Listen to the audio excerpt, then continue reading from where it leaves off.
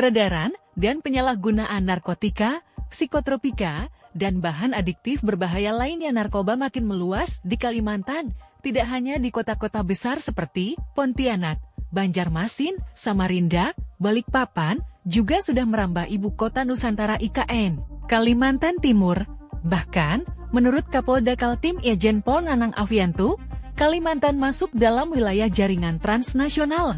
Hal ini seiring dengan pengungkapan kasus narkoba yang dilakukan sejak 10 Maret hingga 23 Maret tahun 2024 yang melibatkan 2 warga negara asing WNA asal Malaysia dan 1 warga negara Indonesia WNI asal Samarinda. Barang bukti yang diamankan berupa sabu seberat 31,9 kg, uang tunai senilai lebih dari 1 miliar rupiah, dan serta uang dalam valuta asing sejumlah 3.000 ringgit Malaysia. WNA Malaysia tercatat sudah masuk wilayah Indonesia khususnya Kalimantan sekitar 7 kali. Hal ini membuktikan bahwa Kalimantan bukan lagi wilayah transit, melainkan tujuan peredaran narkoba. Kalau kita melihat, sekarang peredaran narkoba luar biasa. Terlebih secara geografis, Kalimantan demikian luas dan panjang, dengan pintu masuk perbatasan hanya beberapa titik border. Ini celah yang kerap mereka manfaatkan, ujar Nanang saat konferensi pers penangkapan kasus tindak pidana narkoba jaringan internasional, Senin 1 April 2024. Selain itu, satu hal yang harus dipahami adalah fenomena narkoba yang sebelumnya merambah hanya di wilayah perkotaan, kini sudah menjangkau perkebunan dan pertambangan. Kalimantan adalah pangsa pasar yang menjanjikan untuk peredaran narkoba. Karena itu, kami mengimbau semua pihak bekerja sama. Kami juga berkoordinasi dengan Bareskrim Mabes Polri dan Kepolisian Internasional, tutur Nanang.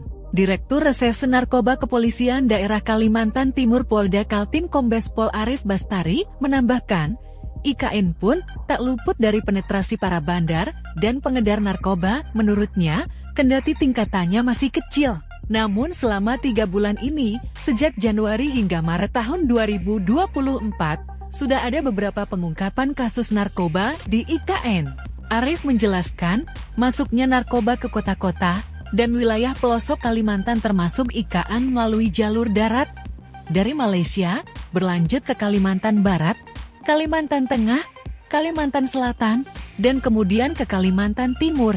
Untuk mencegah makin meluasnya peredaran dan penyalahgunaan narkoba di IKN, Polda Kaltim telah mempersiapkan rencana perkuatan pengamanan dan pencegahan, termasuk menerapkan scientific investigation, yakni teknik menganalisa dengan menggunakan alat-alat berteknologi tinggi untuk membantu mengungkapkan kasus sehingga terdeteksi nama, lokasi, dan jalur peredaran yang digunakan. Pencegahan di darat, laut, dan udara pun kami lakukan. Kami mengantisipasi hal-hal yang berupa penyelundupan narkoba, barang-barang ilegal, dan lain-lain.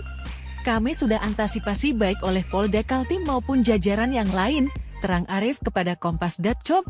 Adapun selama Januari hingga Maret tahun 2024, Polda Kaltim berhasil mengungkap 407 kasus yang melibatkan 506 tersangka, sebanyak 478 tersangka, diantaranya laki-laki, dan sisa 28 lainnya perempuan. Barang bukti yang diamankan didominasi sabu, dengan berat 37,29 kg, ribuan kilogram ganja, ribuan butir ekstasi, dan puluhan ribu butir obat adiktif lainnya, yang jika dikonversikan senilai 48,981 miliar rupiah. Download Tribun X sekarang, menghadirkan lokal menjadi Indonesia.